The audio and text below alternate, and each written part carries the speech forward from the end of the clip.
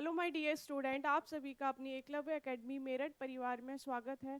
हम home science की daily practice कर रहे हैं क्योंकि हमारा एग्ज़ाम बहुत जल्दी होने वाला है, तो डे बाय डे दिन निकल रहे हैं। हमें अपनी मेहनत में कमी नहीं करनी है। यूनिट वाइज अब हम प्रैक्टिस कर रहे हैं और बीच बीच में हम 125 वाली सीरीज़ भी चला रहे हैं, जिससे सारा कुछ एक साथ भी हो जाए और हम यूनिट वाइज भी करते रहें। तो अभी जो हमारी यूनिट चल रही है वो टेक्सटाइल की चल रही है। टेक्सटाइल में एक सेट हमारा हो गया है, आज हम सेकंड सेट की प्रैक्टिस करेंगे। देखेंगे आज का जो फर्स्ट क्वेश्चन है वो क्या रहेगा।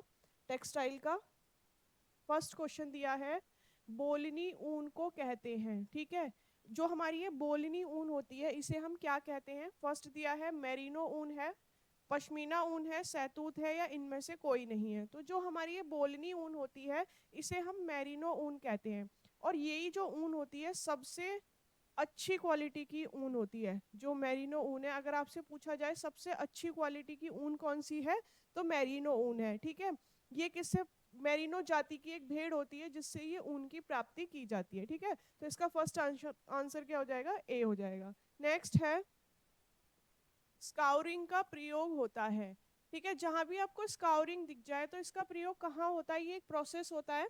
ठीक है, तो ये कहाँ होता है, ऊन में होता है। अब ऑप्शन क्या दिया है, ऊन में। ठीक है, आंसर क्या हो जाएगा, ए ऊन में। रेशम, रेयन या नायलॉन, तो स्काउरिंग का प्रयोग कहाँ होता है, ऊन में होता है। ठीक है, फर्स्ट इसका राइट हो जाएगा।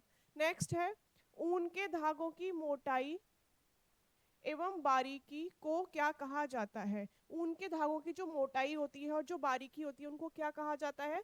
फर्स्ट दिया है काउंट्स, डेनियर, स्कैन या नोवेल्टी यार्न। तो हम क्या कहते हैं उनको, काउंट्स कहते हैं। ठीक है, ए ऑप्शन क्या हो जाएगा इसका, सही हो जाएगा। नेक्स्ट है, जीवित भेड़ से निम्नलिखित किसकी कटाई की जाती है। जब हम ऊन की प्राप्ति करते हैं तो कुछ ऊन की प्राप्ति तो हम जीवित भेड़ से करते हैं, कुछ उनसे करते हैं जो भेड़ मर गई हैं। ठीक है, कुछ किसी ऊन की प्राप्ति हम उनसे करते हैं किसी भेड़ की जो डेथ है वो दुर्घटना में हो गई है। तो यहाँ हमसे पूछा है कि जीवित भेड़ से ऊन की जो प्राप्ति होती है वो कौन सी होती है। फर्स्ट दिया है फ्लेनल है, मोयर है, फ्लीज है या फेल्ट है। तो वो क्या कहलाती है, फ्लीज कहलाती है। ठीक है, सी ऑप्शन क्या हो जाएगा इसका, सही हो जाएगा। नेक्स्ट है, फिफ्थ क्वेश्चन दिया है, निम्नलिखित वाक्यों में हमें सही वाक्य चुनना है। फर्स्ट दिया है, ऊन में केराटिन प्रोटीन पाई जाती है। बिल्कुल सही है, ऊन में जो प्रोटीन पाई जाती है उसे हम केराटिन प्रोटीन कहते हैं। ऊन में गंधक होता है, बिल्कुल सही बात है, ऊन में जो होता है गंधक होता है। ठीक है, इसी की वजह से ऊन की पहचान होती है। और गंधक जो होता है ये 4% होता है। जो हमारा सल्फर है गंधक कितने परसेंट होता है, 4% होता है। गीला होने पर ऊन की मजबूती कम हो जाती है, ये बात भी बिल्कुल ठीक है कि जो इसकी मजबूती है वो गीला होने पर कम हो जाती है। और कितनी हो जाती है कम, 25 से 30% इसकी जो मजबूती है वो कम हो जाती है जब इसकी गीली अवस्था होती है। ठीक है, फिर दिया है, ऊन पर क्षार का दुष्प्रभाव नहीं होता। ये ऑप्शन गलत हो जाएगा कि ऊन पे क्षार का दुष्प्रभाव होता है। ठीक है, जो क्षार होता है वो हमारा ऊन के लिए अच्छा नहीं होता। तो हमें सही वाक्य चुनना था, तो सही वाक्य क्या हो जाएगा इसका, फोर्थ हो जाएगा। ठीक है, अब हम ऑप्शन चुनेंगे, हमारा फर्स्ट भी ठीक है, सेकंड भी, थर्ड भी। तो फर्स्ट सेकंड थर्ड हमारा सी ऑप्शन में आ रहा है, तो राइट आंसर क्या हो जाएगा इसका, सी हो जाएगा। ठीक है, अम्ल का प्रभाव अच्छा होता है उनके लिए, पर क्षार का अच्छा नहीं होता। नेक्स्ट है, ऊन की दूसरी परत कहलाती है। जो हमारा ऊन होता है ना इसमें 3 लेयर होती हैं, फर्स्ट, सेकंड, थर्ड। जो हमारी फर्स्ट वाली लेयर होती है ये कहलाती है क्यूटिकल। सेकंड जो इसकी लेयर है ये कहलाती है कॉर्टेक्स। और थर्ड लेयर इसकी कहलाती है मेड्यूला। ठीक है, अब हमसे पूछा था दूसरी परत, तो दूसरी परत कौन सी हो गई, कॉर्टेक्स हो गई। आंसर में देखो ए ऑप्शन में ही दिया है कॉर्टेक्स, तो कॉर्टेक्स क्या है, इसकी दूसरी परत है। फर्स्ट क्या है, हमारी क्यूटिकल है, और सबसे अंदर वाली जो है थर्ड, वो हमारी मेड्यूला है। अब ये जो हमारी कॉर्टेक्स होती है ना, तो यहाँ पे क्या होता है, नमी की अवशोषकता जो होती है, नमी की अवशोषकता वो हमारी कौन सी लेयर में होती है, कॉर्टेक्स में होती है। और जो रंगाई की जाती है वो भी हमारी कॉर्टेक्स में होती है। ठीक है, अब ये जो मेडुला वाली परत होती है ये हमारी किसके लिए होती है, मजबूती व चमक के लिए। तो इसमें सही ऑप्शन क्या पूछा था, दूसरी परत पूछी थी। दूसरी परत कौन सी होती है, हमारी कॉर्टेक्स होती है। नेक्स्ट है, डैश तागे को साफ करने के लिए मार्जन का इस्तेमाल किया जाता है। 7th क्वेश्चन है, धागे को साफ करने के लिए, मतलब धागे को साफ करने के लिए किसका इस्तेमाल किया जाता है? मार्जन का इस्तेमाल किया जाता है। फर्स्ट ऑप्शन दिया है सूत का, रेशम, लिलिन या ऊन। तो ऊन को साफ करने के लिए किसका इस्तेमाल किया जाता है? मार्जन का इस्तेमाल किया जाता है। डी ऑप्शन इसका ठीक हो जाएगा। नेक्स्ट है, अल्पाका रेशा की उत्पत्ति किससे होती है? ठीक है, अल्पाका की जो उत्पत्ति होती है वो किससे होती है? ऑप्शन में दिया है भेड़ से, बकरी से, ऊंट से या खरगोश से। तो किससे होती है? भेड़ से होती है। और ये कैसा होता है? जैसे लामा प्रजाति का होता है ना, वही सेम कैसा होता है हमारा, ये वाली जो भेड़ होती है जिससे अल्पाका प्राप्त होता है, ये उससे उसके जैसी होती है, सिमिलर होता है। नेक्स्ट है, मेडुला की उपस्थिति किसकी विशेषता है? तो मेडुला, पहली मेडुला, कॉर्टेक्स और क्यूटिकल किस में होती है? हमारी ऊन में होती है, 3 लेयर। तो ये किसकी विशेषता है? ऊन की है। फर्स्ट ऑप्शन दिया है सूती, इसकी नहीं है, ऊन की है। ठीक है, बी ऑप्शन क्या हो जाएगा? सही हो जाएगा। नायलॉन की नहीं है, सिल्क की नहीं है। नेक्स्ट है, आर्द्र ताप व दबाव में ऊनी तंतु सिकुड़ जाते हैं और आपस में जुड़ जाते हैं, इसे कहा जाता है? फर्स्ट गिनिंग कहा जाता है इस प्रोसेस को, फेल्टिंग, वस्टेड या गलाना। तो क्या कहा जाता है? फेल्टिंग कहा जाता है। ठीक है, जिससे नमदा वस्त्र तैयार किए जाते हैं। इसमें क्या होता है? सीधा रेशों से कपड़ा तैयार किया जाता है। और जो नॉर्मली हमारा वस्त्र बनाने की जो प्रक्रिया है वो कैसे चलती है? रेशा होता है, रेशे से हम धागा बनाते हैं, धागे से हम वस्त्र बनाते हैं, वस्त्र से हम पहनने योग्य वस्त्र बनाते हैं। ठीक है, यहाँ पे ये जो फेल्टिंग की प्रक्रिया, इसमें क्या होता है? हम सीधा रेशे से कपड़े बनाते हैं। तो बी ऑप्शन क्या हो जाएगा? इसका सही हो जाएगा। नेक्स्ट है, प्राकृतिक तंतुओं में सबसे निर्बल मतलब कमजोर रेशा कौन सा है प्राकृतिक जगत का? ऑप्शन दिया है कपास, ऊन, रेशम या लिलिन। तो सबसे कमजोर है ऊन। बी ऑप्शन क्या हो जाएगा? इसका सही हो जाएगा। नेक्स्ट है, किस प्राकृतिक रेशे में सबसे अधिक लचीलापन पाया जाता है? ठीक है, कपास में, लिलिन में, ऊन में या सिल्क में। तो सबसे ज्यादा लचीलापन पाया जाता है वो हमारा ऊन में पाया जाता है। सी ऑप्शन इसका सही हो जाएगा। नेक्स्ट है, ऊन से निर्मित चमकीला वस्त्र जो लामा पेस्को, किससे है? लामा पेस्को के ऊन से बनता है। ठीक है, फर्स्ट दिया है अल्पाका, वकल, कैनवास या कैलिको। तो जो हमारा लामा पेस्को की ऊन से बन रहा है वो क्या कहलाता है? हमारा कैलिको कहलाता है। डी ऑप्शन क्या हो जाएगा? इसका सही हो जाएगा। नेक्स्ट है, ऊन आपसी लगभग डैश मजबूती खो देती है जब वो गीली अवस्था में होती है। ठीक है, जो नॉर्मली देखें तो ये 25 से 30% अपनी मजबूती खो देती है जब ये गीली अवस्था में होती है। पर इसका आंसर हमें ऑप्शन के हिसाब से लगाना है। फर्स्ट दिया है 20%, 50%, 30 या 40। तो ऑप्शन के हिसाब से हम जो लगाएंगे वो लगाएंगे डी। ठीक है, 40%। नेक्स्ट है, ऊन के उत्पादन का सही क्रम दीजिए। फर्स्ट दिया है काटना, धुनना, कंघी करना, कार्बोनाइजिंग करना या श्रेणी। तो सबसे पहले हम क्या करते हैं इसमें, सबसे पहले हम करेंगे उसे हम श्रेणी में लगाएंगे। सबसे पहले हम उसे काटेंगे। ठीक है, सबसे पहले हम काटने का काम करेंगे, देन क्या करेंगे? हम उसे श्रेणी में लगाएंगे। श्रेणी में लगाने के बाद हम उसकी कार्बोनाइजिंग करेंगे। कार्बोनाइजिंग करने के बाद हम उसे धुनेंगे। ठीक है, और धुनने के बाद हम क्या करेंगे? उसकी कंघी करेंगे। तो हमारा ऑप्शन क्या हो गया? ए हो गया, ए के बाद हमारा ई हो गया, ई के बाद हमारा डी हो गया, फिर बी हो गया, और हमारा क्या हो गया लास्ट में? लास्ट में हमारा हो गया ये बी और सी। ठीक है, अब ऑप्शन में देखते हैं A E D B C. A D E C B ये हमारा ऑप्शन नहीं है, बी सी डी ई ए ये नहीं है, ए ई डी बी सी। तो सी ऑप्शन क्या हो जाएगा? इसका सही हो जाएगा। सबसे पहले हम क्या करेंगे? काटेंगे, फिर उसे श्रेणी में रखेंगे, देन हम कार्बोनाइजिंग करेंगे, फिर उसकी धुनाई करेंगे, और लास्ट में हम क्या करेंगे? कॉम्बिंग करेंगे, कंघी करेंगे। नेक्स्ट है, ये सेम ही है क्वेश्चन। नेक्स्ट है, सूक्ष्मदर्शी से ऊन का तंतु दिखाई देता है। जब हम सूक्ष्मदर्शी से ऊन का तंतु देखते हैं तो वो हमें कैसा दिखता है?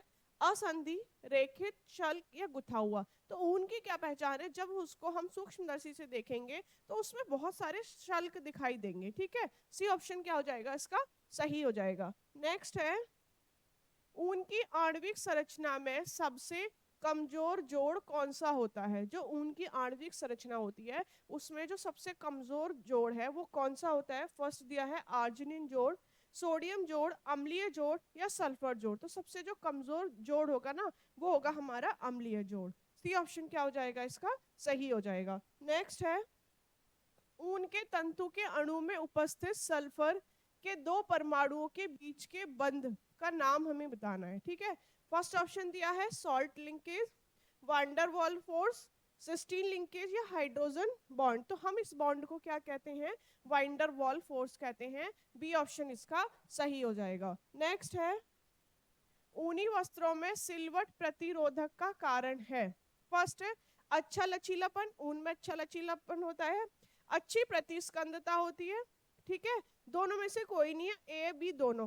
तो अच्छी लचीलापन होता है हमारी ऊन में और अच्छी प्रतिस्कंदता होती है कि जब हम उस पर दबाव डालते हैं और जब उसे छोड़ते हैं तो वापस वो क्या करती है अपनी पोजीशन ले लेती है। तो अच्छी क्या होती है रेजिलेंसी होती है, प्रतिस्कंदता होती है। तो सी ऑप्शन इसका सही हो जाएगा, सॉरी इसका ऑप्शन सही हो जाएगा डी, ए और बी दोनों। नेक्स्ट है निम्नलिखित किस प्रक्रिया के अंतर्गत भेड़ के बाल काटे जाते हैं। ठीक है, कौन सा प्रोसेस होता है जिसमें भेड़ के बाल काटे जाते हैं, उस प्रोसेस को क्या कहा जाता है।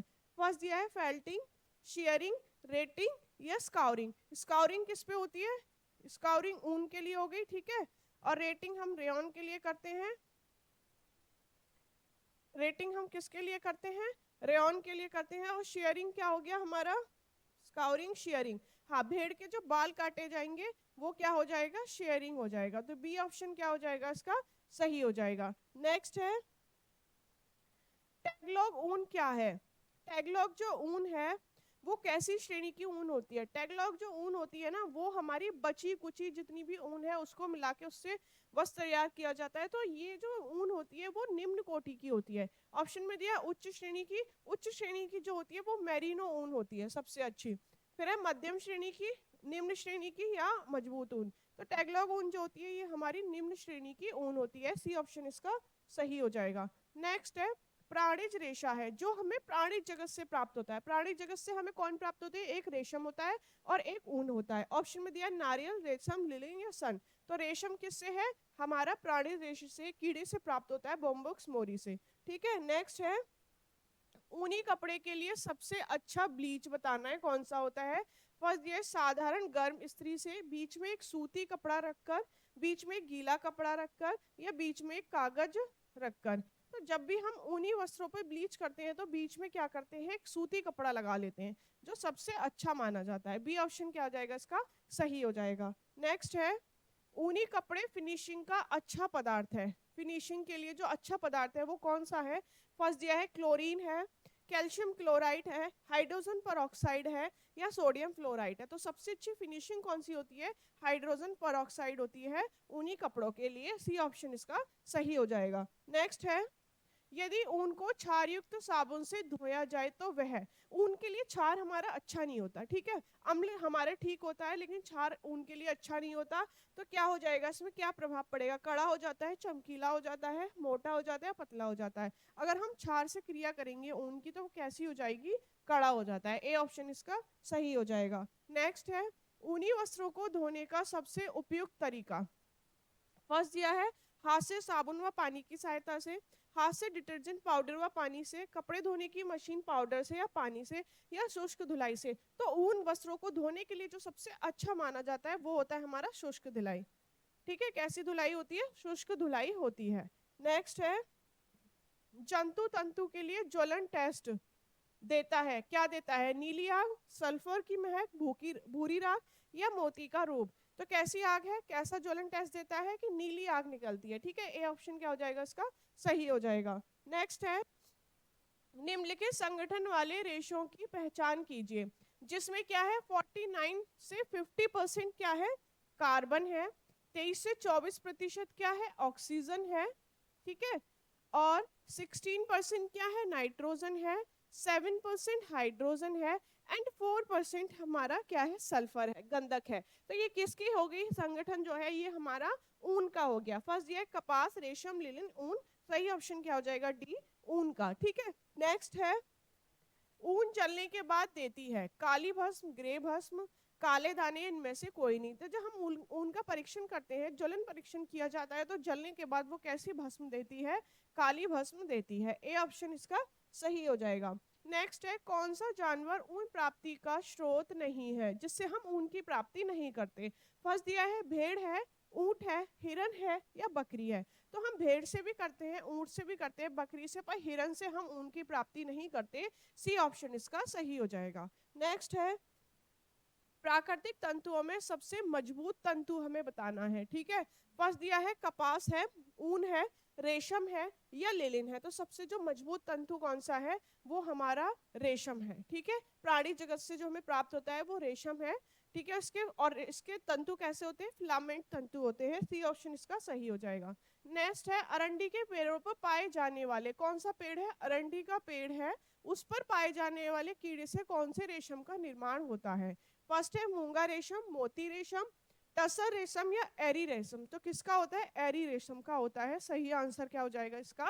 डी हो जाएगा। नेक्स्ट है, रेशम के तंतुओं पर निम्न में किसका प्रतिकूल प्रभाव पड़ता है?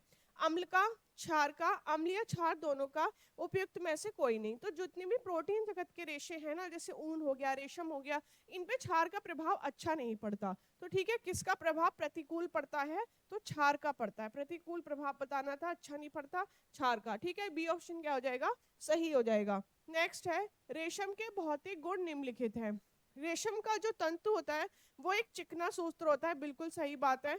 संयत दिग्राकरण होता है, फिलामेंट होता है इसका तंतु। ठीक है, उच्च सघनता इसमें नहीं होती। दोबारा कम व नमी पानी। तो सही ऑप्शन क्या हो गया इसका? ए और बी। तो ए और बी किसमें? हमारे ए ऑप्शन में है। तो ए ऑप्शन क्या हो जाएगा इसका? सही हो जाएगा। नेक्स्ट है, फिलामेंट, ठीक है, कोर्स, ड्यूपियन और नाइल किसके प्रकार है? कपास, लिलिन, ऊन या रेशम। तो किसके हैं? रेशम के हैं। ठीक है, डी ऑप्शन क्या हो जाएगा इसका? सही हो जाएगा। नेक्स्ट है, रेशम के कीड़े की सबसे निष्क्रिय अवस्था बतानी है। ठीक है, प्यूपा, लार्वा, कोकून या कीड़ा। जो हम रेशम की प्राप्ति करते हैं उसका जो प्रोसेस चलता है वो चलता है, सबसे पहले हमारा अंडा होता है, अंडा के बाद हमारा लार्वा होता है, लार्वा के बाद हमारा प्यूपा होता है, देन हमारा कीड़ा होता है। ठीक है, ये जो लार्वा होता है इसमें सबसे सक्रिय अवस्था होती है। यहाँ प्यूपा में ही वो क्या करता है? कोकून बनता है। ठीक है, कोकून ही वो सर झज्जों को होता है, जिससे पहचान होती है कि वो अब तैयार है बाहर निकलने के लिए। तो ये जो कोकून वाली अवस्था है ये कैसी अवस्था है? हमारी निष्क्रिय अवस्था है। ठीक है, तो क्या आंसर होगी? प्यूपा, लार्वा, कोकून या कीड़ा। तो ये जो कोकून वाली अवस्था होती है ना, ये निष्क्रिय अवस्था होती है। सी क्या हो गया इसका? सही ऑप्शन हो गया। नेक्स्ट है, रेयन अथवा रेशम अथवा रेयन से निर्मित जो झीना वस्त्र है वो क्या कहलाता है? रेशम, शिफॉन, कैम्पलेट या चिनॉन। तो वो कौन सा होता है? हमारा शिफॉन होता है, जो रेशम व रेयन से निर्मित होता है। नेक्स्ट है, रेशम डैश एक रेशा है। रेशम कैसा रेशा है? ठीक है, तो ये एक फिलामेंट, सबसे लंबा रेशा होता है। ठीक है, सेलुलोज, खनिजयुक्त, प्रोटीन युक्त या धातु युक्त।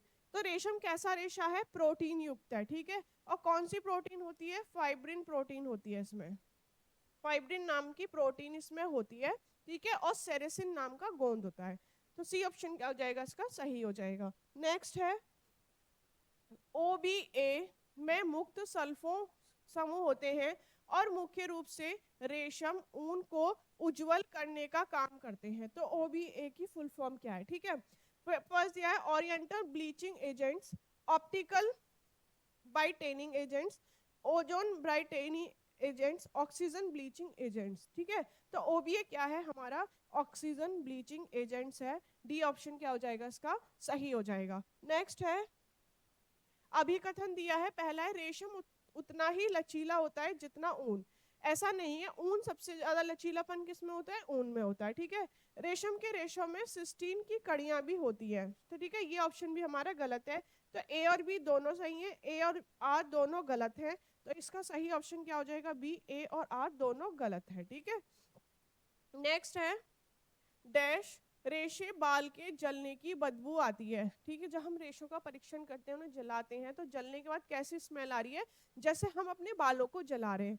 तो पहला कौन सा है? फ्लेक्स है, प्रोटीन है, नायलॉन है, रेयन है। तो जितने भी हमारे प्रोटीन जगत के रेशे होते हैं उनमें जब हम उन्हें जलाते हैं तो कैसी स्मेल आती है, जैसे बाल जलने जैसी होती है। नेक्स्ट, जंगली रेशम सूक्ष्मदर्शी के नीचे संवर्धित रेशम से भिन्न दिखता है। ठीक है, ये बात बिल्कुल सही है, तो फर्स्ट ऑप्शन ही क्या हो जाएगा, सत्य हो जाएगा। ठीक है, असत्य संबंधित नहीं है, विवादित, तो कैसा है, ये सत्य है। नेक्स्ट है डैश ऊष्मा का कुचालक है। सूत, रेशम, लिलन या रेयन। तो ऊष्मा का जो कुचालक होता है वो कौन होता है, हमारा रेशम होता है। सूत और लिलन और रेयन क्या है, ये सुचालक होते हैं ऊष्मा के। ठीक है, ऊन, लिलिन और रेयन। और रेशम कैसा है, ऊष्मा का कुचालक। नेक्स्ट है सॉरी, अत्यधिक हल्का रेशा है। ठीक है, रेशम, एक्रिलिक, टेरिलॉन या पॉलीप्रोपिलीन। तो जो सबसे हल्का रेशा होता है वो होता है हमारा रेशम। ए ऑप्शन क्या हो जाएगा, इसका सही हो जाएगा। नेक्स्ट है सस्मीरा का सही पूर्ण रूप बताएं। इसकी जो स्थापना हुई थी वो हुई थी 1950 में, और कहाँ पे है ये, महाराष्ट्र। ठीक है, महाराष्ट्र, मुंबई। अब सस्मीरा की हम फुल फॉर्म देखें तो फर्स्ट दिया है silk and synthetic mill and research association. Second दिया है हमारा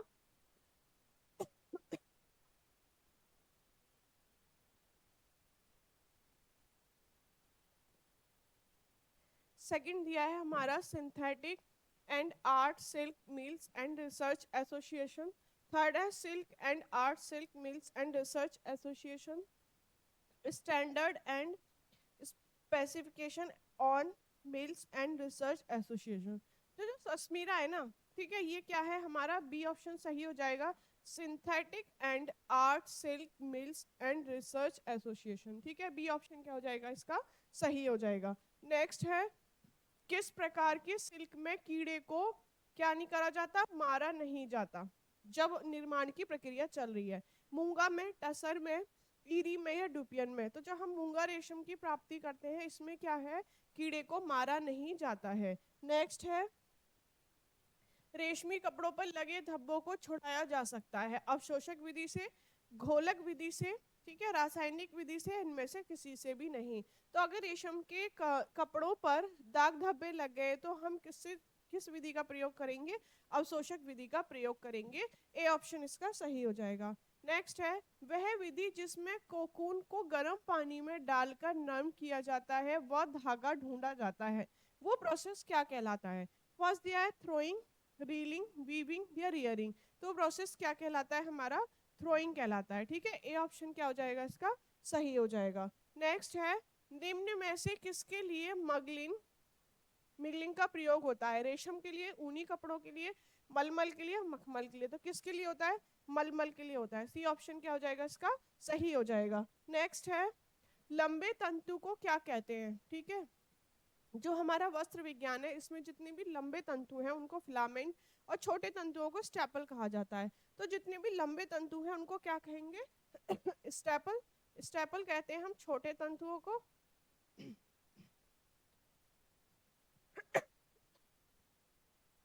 ठीक है, इलोगेशन फाइबर, फिलामेंट फाइबर कहते हैं हम लंबे तंतुओं को। सी ऑप्शन क्या हो जाएगा, इसका सही हो जाएगा। ठीक है, नेक्स्ट है रेशम के कपड़ों पर किस विशेष परिसज्जा को किया जाता है। रेशम के कपड़ों पर हम क्या करते हैं, कार्बोनाइजिंग। कार्बोनाइजिंग की जो क्रिया है ये कपास पे की जाती है।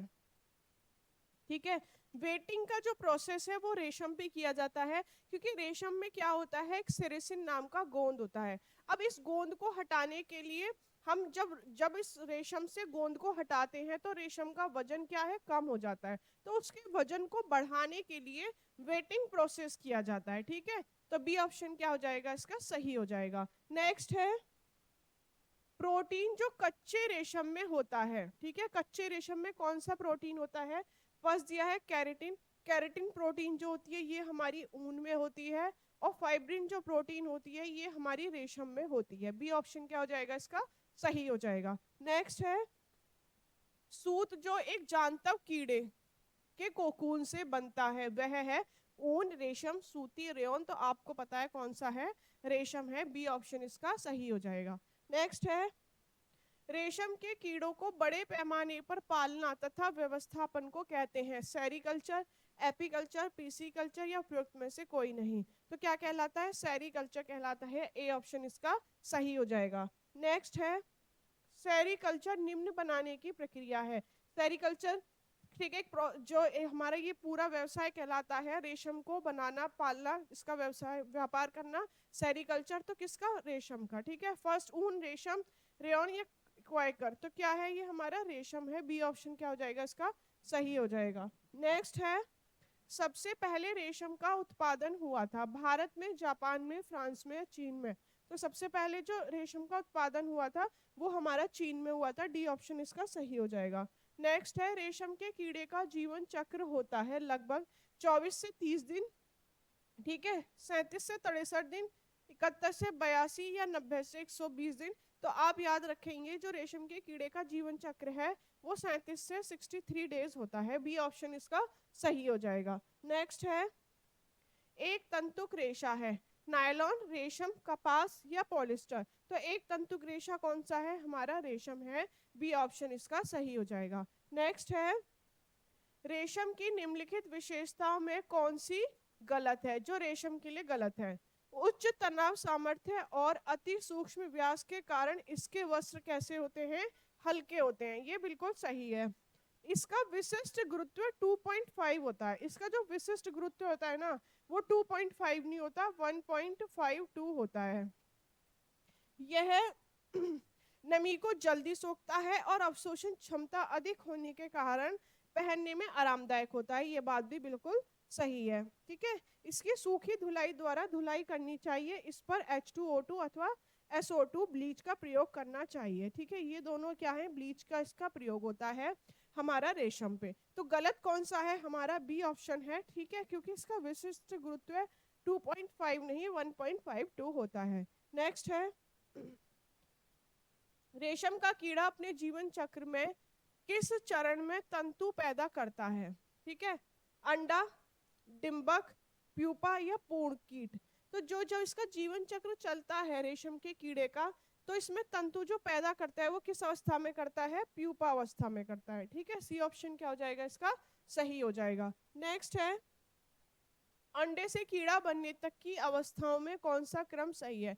सबसे पहले अंडा है, फिर लार्वा है, फिर प्यूपा है, फिर मौत है, कीड़ा है। ठीक है, तो कौन सा? अंडा, प्यूपा, लार्वा, ये गलत है।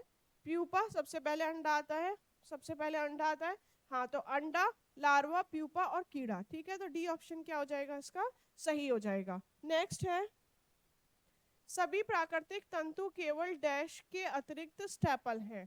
मतलब कोई एक तंतु है जो फिलामेंट है और बाकी क्या है? स्टेपल है। ऊन, रेशम, कपास, लिनिन। ठीक है, तो रेशम को छोड़ के ये सारे तंतु कैसे हैं? हमारे स्टेपल हैं। और रेशम कैसा है? फिलामेंट तंतु है। नेक्स्ट है, क्षार के गर्म व सांद्र घोल में यदि हम ऊन और सिल्क के तंतु डाल दें तो उन पे क्या प्रभाव पड़ेगा? घुल जाएंगे, कोई प्रभाव नहीं पड़ेगा, सिकुड़ जाएंगे या फूल जाएंगे। तो ठीक है, कैसे हो जाएंगे? वो घुल जाएंगे क्योंकि इनके कमजोर तंतु होते हैं, ए ऑप्शन क्या हो जाएगा सही हो जाएगा। नेक्स्ट है, भारत में सर्वोच्च सिल्क उत्पादन होता है कहाँ पे? कर्नाटक या जम्मू कश्मीर, कोलकाता, हैदराबाद या चेन्नई। तो आप याद रखेंगे भारत की बात करें तो कर्नाटक और जम्मू कश्मीर में इसका उत्पादन होता है। ठीक है, रेशम का। नेक्स्ट है, कौन स्वयं निर्मित रेशम नहीं है? ठीक है, मूंगा रेशम, लपेटा हुआ रेशम, कता हुआ रेशम या अरंडी रेशम। इसमें दो ऑप्शन ठीक है। ठीक है, ये जो लपेटा हुआ रेशम होता है और कता हुआ रेशम, ये हमारे स्वयं निर्मित रेशम नहीं होते। तो सही ऑप्शन क्या हो जाएगा इसका? बी और सी दोनों। ठीक है, बी और सी इसके दोनों सही हो जाएंगे। नेक्स्ट है, इनमें से कौन सा तंतु रेशा प्राकृतिक रूप से उभरता है? फर्स्ट दिया है रेशम, सूत, ऊन या लिनिन। जो प्राकृतिक रूप से उभरता रेशम है वो है हमारा रेशम। ए ऑप्शन क्या हो जाएगा इसका सही हो जाएगा। नेक्स्ट है, रेयन रेशे का व्यास निर्भर करता है कच्ची सामग्री पर, कोलाइडल घोल पर, स्पिनरेट के छिद्रों पर या रेशम रेशे को खींचने की गति पर। तो जब हम रेयन की बात करते हैं तो उसका जो व्यास निर्भर करता है वो स्पिनरेट के छिद्रों पर करता है। सी ऑप्शन क्या हो जाएगा इसका सही हो जाएगा। नेक्स्ट है, रेयन को निम्न में वर्गीकृत किया जाता है। रेयन क्या है? ये एक प्राकृतिक रेशा है, रीजनरेटेड है, या पुनः निर्मित रेशा भी इसे कहते हैं। ठीक है, तो सही ऑप्शन क्या हो जाएगा इसका? ए ही हो जाएगा। ठीक है, मानव निर्मित है पर जंतु से नहीं प्राप्त होता। ठीक है, मिश्रित है, ये नहीं है। मिनरल खनिज में हमारे सोना चांदी एस्बेस्टस आते हैं। ठीक है, तो सही ऑप्शन क्या हो जाएगा इसका? ए हो जाएगा। नेक्स्ट है, नायलॉन कपड़े के तंतु इससे बनते हैं। जो हम नायलॉन कपड़े के तंतु बनाते हैं वो किससे बनते हैं?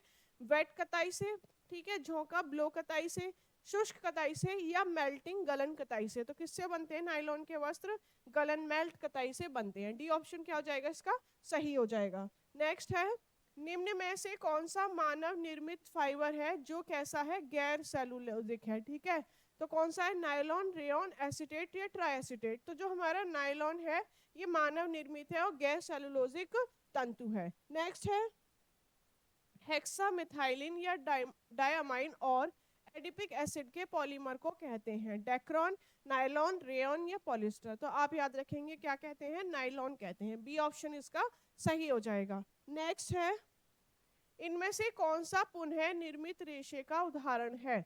पुनः निर्मित कहो, रीजनरेटेड कहो, ठीक है, तो कौन सा रेशा हो गया? रेयन हो गया हमारा। फर्स्ट ईयर लाइनिन, रेयन क्या है इसका? सही ऑप्शन है। बी ऑप्शन क्या हो जाएगा इसका? सही हो जाएगा। नेक्स्ट है, सबसे अधिक मजबूत रेशा नायलॉन, रेयन, फ्लैक्स या एक्रिलिक। तो सबसे अधिक मजबूत रेशा कौन सा है? नायलॉन है। ठीक है, ए ऑप्शन इसका सही हो जाएगा। नेक्स्ट है, निम्न में कौन सा कपड़ा शरीर की आकृति के बहुत करीब रहता है? सूती, रेयन, ऑर्गेन्जा या अरंडी। तो ये जो हमारा रेयन का ये हमारा कपड़ा होता है ना, ये हमारे शरीर के बहुत ही करीब होता है, इसलिए सबको बहुत पसंद आता है और बहुत कंफर्टेबल भी रहता है। नेक्स्ट है, पॉलीमाइड रेशे हैं, पॉलिस्टर रेशे, एक्रिलिक रेशे, नायलॉन रेशे या पॉलीएथिलीन रेशे। तो पॉलीमाइड रेशे जो होते हैं ये कौन से होते हैं? हमारे नायलॉन रेशे होते हैं। सी ऑप्शन क्या हो जाएगा इसका? सही हो जाएगा। नेक्स्ट है, रेयन निर्माण की एक प्रमुख विधि है, विस्कस विधि, नाइट्रो विधि, क्यूप्रा विधि या एसीटेट विधि। तो ये हमारी तीनों ही विधि हैं इसकी। ठीक है, पर सबसे निर्माण की जो प्रमुख विधि है वो है हमारी विस्कस विधि। ठीक है, ए ऑप्शन क्या हो जाएगा इसका? सही हो जाएगा। नेक्स्ट है, रेयन निर्माण करने का सही क्रम दीजिए। पहला दिया है टुकड़े, घोलना, जैंथेशन, एजिंग, डुबोना या काटना। ठीक है, तो सबसे पहले हम क्या करते हैं? सबसे पहले हम इसको डुबोते हैं। ठीक है, डुबोने के बाद हम क्या करेंगे? इसके टुकड़े करेंगे। सेकंड नंबर पे टुकड़े कर देंगे इसके। उसके बाद हम क्या करेंगे? फर्स्ट नंबर पे हमने इसे डुबो दिया, फिर हम इसके टुकड़े करेंगे। टुकड़े करने के बाद हम इसकी करेंगे एजिंग। और ये जो एजिंग का प्रोसेस है ये क्या कहलाता है? हमारा जैंथेशन कहलाता है। ठीक है, अब जैंथेशन करने के बाद क्या करेंगे? हम इसे फिर इसका घोल बनाएंगे और लास्ट में क्या करेंगे? हम इसकी कटाई करेंगे। ठीक है, तो सही ऑप्शन क्या हो गया? पहले फिफ्थ है, सेकंड नंबर पे फर्स्ट, और थर्ड नंबर पे फोर्थ, फोर्थ नंबर पे थर्ड, देन सेकंड, और लास्ट में सिक्स। ठीक है, अब इसमें पहले फर्स्ट, पहले पे हमारा फिफ्थ आएगा, फिफ्थ आ गया, फिर फर्स्ट आ गया, फिर फोर्थ आ गया, थर्ड आ गया और सेकंड आ गया, लास्ट में सिक्स आ गया। तो बी ऑप्शन क्या हो जाएगा इसका? सही हो जाएगा। पहले हम उसे डुबोएंगे, देन उसके टुकड़े करेंगे, फिर उस पर एजिंग की प्रक्रिया होगी जो हमारा जैंथेशन होता कहलाता है। ठीक है, उसके बाद क्या होता है? हम फिर से उसे घोल में डालते हैं और फिर हम उसकी कटाई करते हैं। तो इस तरह से इसका प्रोसेस चलता है। नेक्स्ट है, रेटिंग की प्रक्रिया किस रेशे के निर्माण के लिए उपयोगी है? रेशम, नायलॉन, रेयन या कापोक। ठीक है, तो जो हमारी रेटिंग की प्रक्रिया होती है ये किसके लिए होती है? रेयन के लिए होती है। ठीक है, सी ऑप्शन क्या हो जाएगा इसका? सही हो जाएगा। नेक्स्ट है, नाइट्रोसेलुलोज रेयन के निर्माण करता है बेवर क्रॉस, मीडल, प्रो, जॉर्ज एडमस या देश पिशज। ठीक है, तो नाइट्रोसेलुलोज रेयन के जो निर्माण करता है वो कौन है? हमारे प्रो, जॉर्ज एडमस है, ठीक है। और देश विशेष किसके हैं? कुप्रामोनियम के, कुप्रामोनियम के निर्माणकारी हैं। इसे ही हम अमोनिया सिल्क भी कहते हैं। अमोनिया सिल्क के नाम से भी जाना जाता है कुप्रामोनियम। ठीक है। यहाँ पे हमसे नाइट्रोसेलुलोज का पूछा था, तो कौन है निर्माण करता है? जॉर्ज एडमस। नेक्स्ट है, रेयॉन रेशों के निर्माण में कच्चे पदार्थ के रूप में प्रयोग किया जाता है। जब हम रेयॉन रेशों का निर्माण करते हैं तो कच्ची सामग्री के रूप में हम जिन पदार्थों का प्रयोग करते हैं वो कौन से होते हैं? ऊन या रेशम, रेशम व कपास, जूट व मिलन, या कपास या बांस। तो क्या होता है कच्ची सामग्री के रूप में? कपास और बांस होता है। डी ऑप्शन क्या हो जाएगा इसका? सही हो जाएगा। नेक्स्ट है, हेक्सामिथाइलिन डाइअमीन व एडिपिक अम्ल का बहुलक है। Nylon 11, nylon 6, nylon 6, nylon 610। तो कौन सा है हमारा? नाइलॉन 6 क्या हो जाएगा इसका? सही ऑप्शन हो जाएगा। नेक्स्ट है, रासायनिक रूप से नाइलॉन है, पॉलिएस्टर है, पॉलीमाइड है, पॉली एक्रेलोनाइट्राइल है, इनमें से कोई नहीं है। तो जो हमारे रासायनिक रूप से नायलॉन होते हैं वो हमारे पॉलीमाइड होते हैं। बी ऑप्शन क्या हो जाएगा इसका? सही हो जाएगा। नेक्स्ट है, निम्न में से किस तंतु में पानी सोखने की क्षमता का अभाव होता है? फर्स्ट दिया है सिल्क, ऊन, सूती या नायलॉन। ठीक है, जो नमी को या पानी को नहीं सूखते वो कौन से होते हैं? हमारे नायलॉन होते हैं। डी ऑप्शन क्या हो जाएगा? सही हो जाएगा। नेक्स्ट है, रेयॉन को धोने वाले डिटर्जेंट में होना चाहिए। ठीक है, एसिड, अल्कोहल, इनमें से कोई नहीं है, दोनों। इसके जो तंतु होते हैं बहुत ही कमजोर होते हैं, तो हम अगर इसका जो क्रिया है अल्कोहल या फिर एसिड से कराएंगे तो इसके तंतु घुल जाएंगे, नष्ट हो जाएंगे, इसलिए इनमें से किसी का भी हम इसके लिए प्रयोग नहीं करते डिटर्जेंट रूप में। नेक्स्ट है, कृत्रिम रेशों के अंतर्गत निम्नलिखित कपड़े आते हैं। खादी के कपड़े जो कृत्रिम रूप से तैयार किए जाते हैं, हैंडलूम के कपड़े, नायलॉन के कपड़े या शहतूत के शॉल। तो क्या होते हैं? जो नायलॉन के कपड़े हैं वो कृत्रिम रूप से तैयार किए जाते हैं। नेक्स्ट है, निम्न में से कौन परिवर्तित, ठीक है, रीजनरेटेड या पुनः निर्मित सेलुलोजिक तंतु है? एसीटेट, एक्रिलिक, रेयॉन या नायलॉन। तो कौन सा है? वो रेयॉन है। ठीक है, सी ऑप्शन क्या हो जाएगा इसका? सही हो जाएगा। नेक्स्ट है, नायलॉन तंतु की विशेषता है, इसमें चमक होती है, तनाव सामर्थ्य होती है, प्रत्यास्था होती है, इनमें से सभी। तो इसकी जो विशेषता है ये हो जाएंगी सभी। इसमें चमक भी होती है, तनाव सामर्थ्य भी होती है और प्रतिष्ठा भी होती है। नेक्स्ट है, रेयॉन का इतिहास सर्वप्रथम किसने तैयार किया था?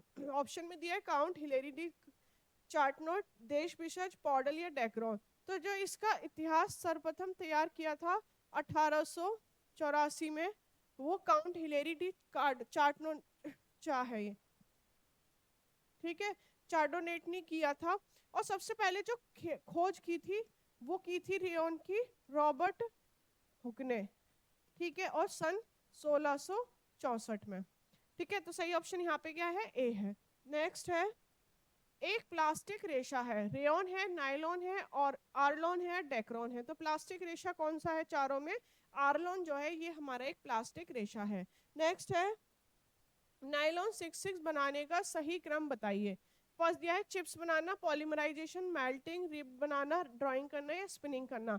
तो सबसे पहले हम क्या करते हैं? फर्स्ट नंबर पे पॉलीमराइजेशन करते हैं, फिर हम रिबन बनाते हैं, रिबन बनाने के बाद हम चिप्स काटते हैं।